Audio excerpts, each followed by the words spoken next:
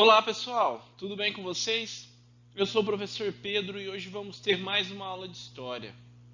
Vamos lá? Bom, na nossa última aula, nós começamos a ver como as ideias iluministas influenciaram a independência dos Estados Unidos, que foi o primeiro país a declarar independência no continente americano. Hoje nós vamos continuar esse assunto, ok? Para que vocês possam acompanhar aí da casa de vocês, peço que abram a apostila 2 na página 113. Prontos? Bom, nós vimos na última aula que havia um desinteresse da metrópole, da Inglaterra, em relação aos produtos das colônias do norte, na América. E isso possibilitou a criação de um chamado comércio regional. Vocês se lembram? Sem o controle excessivo da metrópole, também foi possível aos colonos da parte norte, das colônias, das 13 colônias, uma maior participação política nas decisões que eram relativas às colônias. Isso favoreceu o desenvolvimento da autonomia dessas elites, de uma maior liberdade. A partir do século XVIII, essa situação mudou, pois a Inglaterra tentou aumentar o controle sobre seus territórios na América e passou a exigir das 13 colônias um comportamento de submissão aos interesses ingleses. Mas como vocês sabem, depois de experimentar a liberdade, não ia ser tão fácil para os ingleses impor essas novas estratégias. Para isso, as estratégias criadas para o controle de comércio na colônia foi por meio de leis e impostos, certo? Vamos ver algumas dessas leis. Primeiro, a Lei do Açúcar, de 1764. Então, o que previa essa lei? Todos os derivados da cana-de-açúcar, inclusive o rum, que fazia parte daquele comércio triangular, regional, inclusive o rum, que não fossem das Antilhas Britânicas, teriam que pagar altas taxas para entrar nas 13 colônias. Então, pessoal, tudo que viesse de qualquer região que não fosse dos britânicos deveria pagar imposto, ok? Não tinha isso antes. Temos também aqui a Lei do Selo, que foi criada no ano seguinte.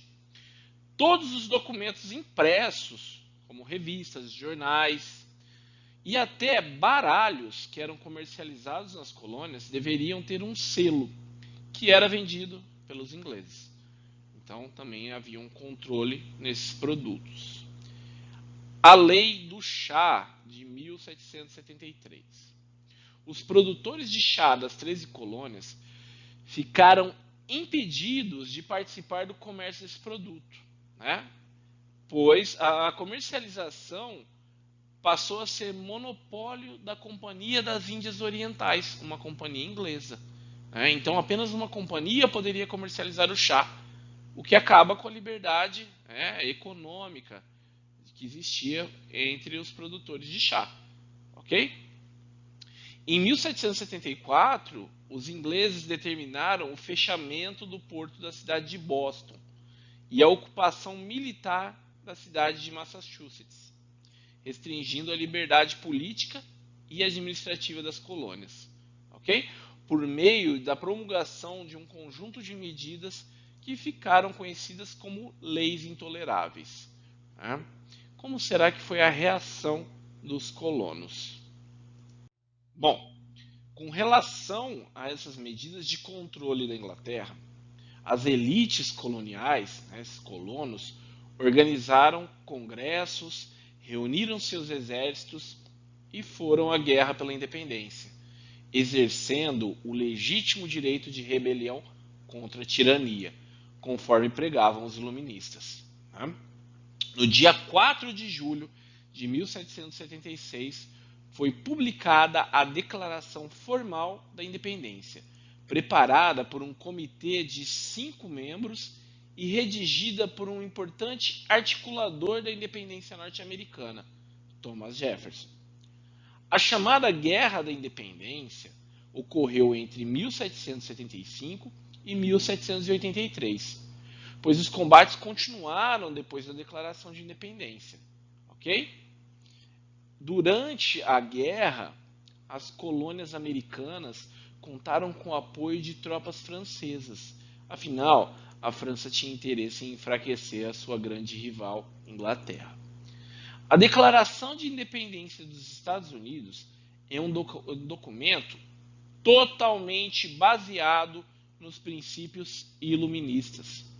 Ela afirmava como verdades incontestáveis que todos os homens, todos os seres humanos, homens e mulheres, são iguais e dotados pelo Criador de certos direitos fundamentais. Quais são esses direitos? Direito à vida, à liberdade e à busca da felicidade.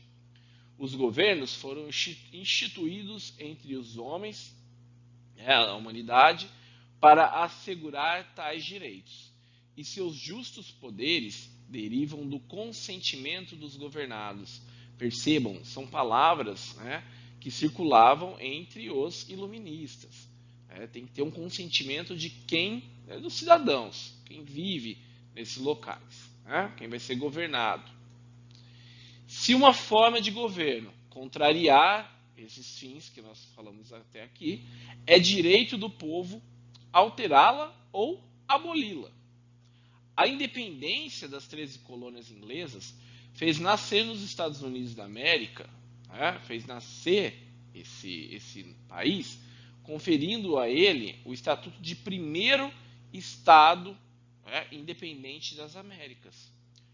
Pessoal, não é à toa, vocês já podem ter visto em filmes, todos os anos os estadunidenses renovam a memória do 4 de julho de 1776, celebrando, então, festejando a independência. Nessa data, grandes festas são organizadas nas cidades do país e milhões de pessoas vão às ruas nas chamadas paradas da independência. Aqui tem uma figura ao lado que retrata essa tomada de poder, essa libertação contra a tirania inglesa. Abram na página 115, pessoal. As contradições da liberdade americana.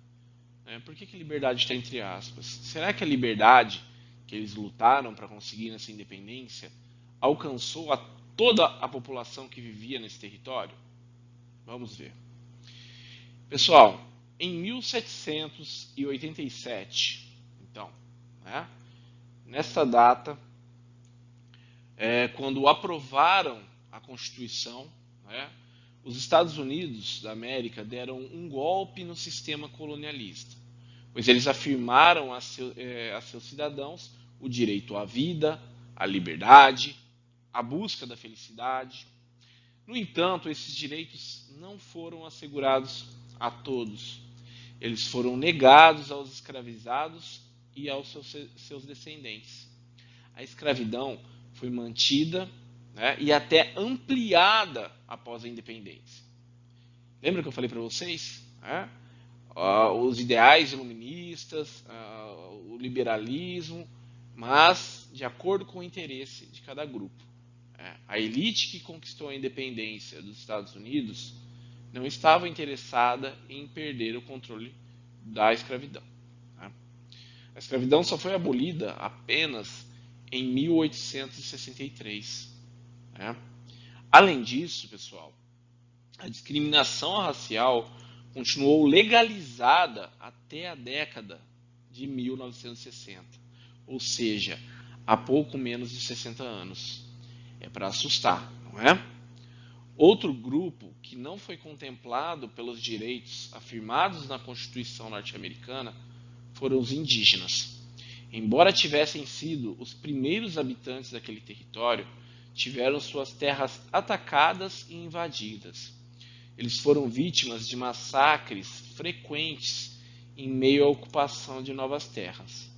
Até os anos 1960, em vários estados americanos, por exemplo, pessoal, os negros não podiam frequentar os mesmos lugares que os brancos. Essa discriminação era legalizada, ou seja, existiam leis que fortaleciam o racismo, a discriminação. Não à toa que vocês estão vendo com frequência, né, manifestações contra o racismo nos Estados Unidos e no mundo. Né? É algo que faz parte da nossa história recente e ainda se repete muito, é muito forte lá.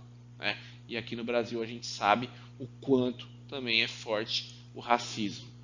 Né? Após muita mobilização, práticas como a separação dos espaços para negros e brancos se tornaram ilegais. Né?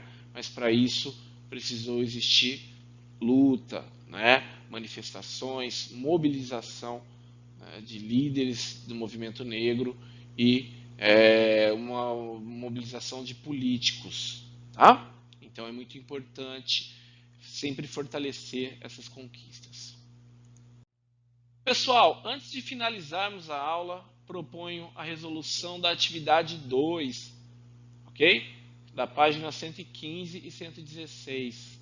Abram aí para acompanhar comigo. Leia o texto a seguir e responda às questões. De muitas formas, o texto constitucional é inovador. Né? Então, é um texto inovador. Começa invocando o povo e falando dos direitos inspirados em Locke. Né? Então, nós vimos que este é um dos grandes teóricos do iluminismo. A nação americana procurava assentar sua base jurídica na ideia de representatividade popular. Né? O que seria a base na representatividade popular? Que toda a população fosse representada, toda. Né? Ainda que o conceito de povo fosse, nesse momento, extremamente limitado. A gente tem um detalhe interessante aí, né? Eles fazem uma Constituição que busca uma representatividade de toda a população, porém, quem que é considerado povo nesse momento? Né? Era extremamente limitado. Bom, por que o autor afirma que o texto da Constituição norte-americana é inovador? Em quais aspectos ele era diferente da maneira como a maior parte das nações se organizava politicamente na época? Bom, o texto da Constituição estadunidense foi considerado inovador do ponto de vista da realidade das demais colônias que existiam, pois os Estados Unidos foram os primeiros, né? Foi o primeiro estado independente da América. Né? E é também inovador quando comparado com os estados europeus, que se mantinham naquele momento como monarquias absolutistas. Ok? Pessoal, essa Constituição foi considerada inovadora também em relação à antiga metrópole, né, a Inglaterra. Enquanto a Inglaterra era uma monarquia parlamentar, os Estados Unidos organizavam-se em torno de uma república federativa. Então, também é uma inovação em relação ao colonizador. E por que o autor afirma que o conceito de povo era extremamente limitado na nação norte-americana? Como nós vimos agora há pouco, né, pessoal? Era desconsiderada grande parcela da população, como os escravizados e os indígenas. Então, né, na verdade, não estava levando uma representatividade popular. Né? Apenas uma parcela da população estava representada pela Constituição. Bom, pessoal, chegamos ao fim de mais uma aula. Na aula de hoje, vocês aprenderam sobre o processo de independência dos Estados Unidos e como os ideais iluministas foram muito importantes para o desenrolar desse evento histórico. Nós vimos também as contradições da liberdade, né, nos Estados Unidos. Percebemos que a Constituição, que foi criada após a independência, não beneficiava a todos, não atendia a toda a população, e sim apenas uma pequena parte, excluindo escravizados e indígenas. Ok? Bom, espero que tenham gostado. Acima está meu contato caso tenham dúvidas. Bons estudos, muito obrigado e até a nossa próxima aula.